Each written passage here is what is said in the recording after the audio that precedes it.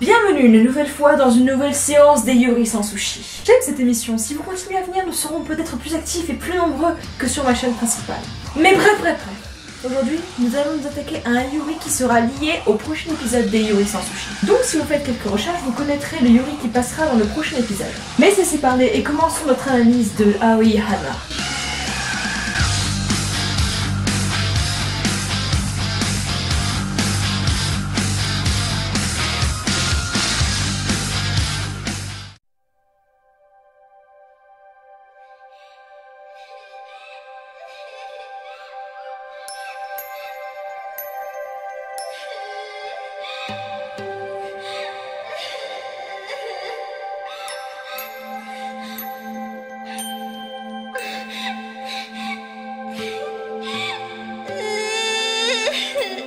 C'est une émission sérieuse ici, ressaisis-toi et arrête de chialer, bordel! Ok, j'arrête les plaisanteries, mais c'était vraiment un extrait de l'œuvre. Voici un autre extrait un peu moins chiant.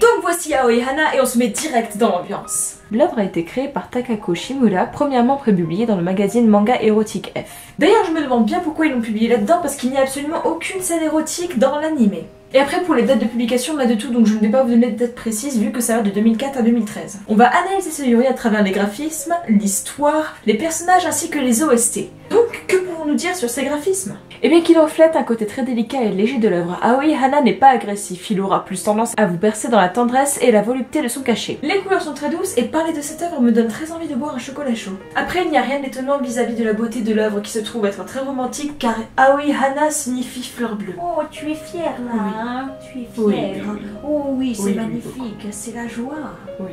Le manga contient 52 chapitres pour un total de 8 volumes, d'à peu près une vingtaine de pages chacun, mais cela diffère selon le chapitre choisi. Alors sur le coup j'étais pas très chaude pour le lire, puis sur le site ils ont dit « Votre recherche contient des images explicites visant un public adulte ». Donc j'ai cliqué, j'ai attendu un peu, mais j'ai pas été déçue. Que pouvons-nous dire sur le manga? Les couleurs sur les premières 2 pages sont vachement plus vives et pétillantes que l'œuvre qui cherche plus à retranscrire le côté romantique d'Aoi Hana. Et il y a énormément plus de détails dans le manga que dans l'anime. J'ai pas envie de sonner comme une hipster, mais le livre a l'air plus intéressant que l'anime. En fait, il y a certains détails dans le manga qui ont complètement été effacés du Yuri, ce qui donne ce sentiment de romantisme léger et pur. Mais une fois qu'on a eu l'œuvre, tu sais qu'il y a quand même une histoire de fesses en question. Je vous raconterai ça avec les personnages, mais d'abord, parlons du synopsis. Aoi Hana est une œuvre mettant en scène les tranches de vie de 2 protagonistes, Fumi et Akira. Non, pas cette Akira là. Donc Akira qui se connaissent depuis leur enfance sans trop s'en souvenir.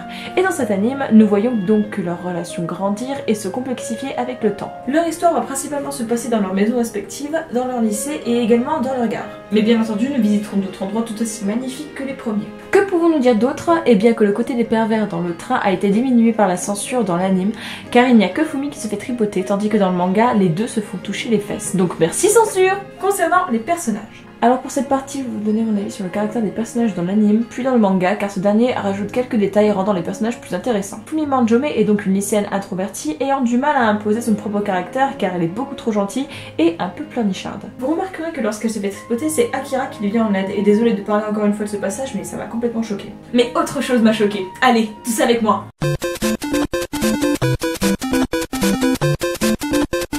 Eh oui, ça faisait longtemps qu'on n'avait pas parlé d'inceste dans cette émission. T'en as pas fait un sujet complet dans ton dernier épisode? Donc cette fois-ci ce sera avec sa cousine, hashtag Christine Boutin. Hashtag DirtyBiology14. D'ailleurs pour l'anecdote, dans l'anime on sait juste que Fumi a ressenti quelque chose pour sa cousine, mais dans le manga on sait carrément qu'elle a fait des choses avec cette dernière. Quand je vous parlais de censure, je ne plaisantais vraiment pas. Contrairement à l'anime, on verra une progression de personnage qui deviendra de plus en plus courageux et qui osera même avouer ses sentiments, chose peu courante au Japon, même en sachant qu'un refus la fera souffrir. Mais parfois il faut savoir essuyer un échec pour obtenir ce que l'on vise. Quant à Akira Okudaira, il s'agit d'une petite effrontée qui refuse que son frère soit gentil avec elle. Pour quelle raison? Je l'ignore et je ne préfère ne pas le savoir. Elle n'est premièrement pas intéressée par aucune relation de ce type et n'en connaîtra concrètement aucune dans l'anime. Mais dans le manga, elle en connaîtra une. Bon allez, je vais pas tout vous spoiler à chaque... Avec Fumi. Tu te fous de ma gueule? Bon, en même temps, c'est un Yuri sans sushi, j'allais pas vous dire qu'elle allait se taper un mec. Le plus drôle avec ce personnage, c'est que l'anime a choisi de mettre en avant son côté insouciant, alors que le manga mettra plus en avant ses doutes et ses conflits intérieurs, à savoir, est-ce qu'elle ressent les sentiments pour Fumi de la même manière que cette dernière. Vous l'aurez compris, il faut prendre cette œuvre avec des pincettes et un bon thé au jasmin sous votre couette en hiver, car cette œuvre respire la tranquillité. Concernant les OST, je n'ai rien à redire dessus, peut-être une petite préférence pour l'opening qui est super mignon et très descriptif de l'œuvre qu'on a en face.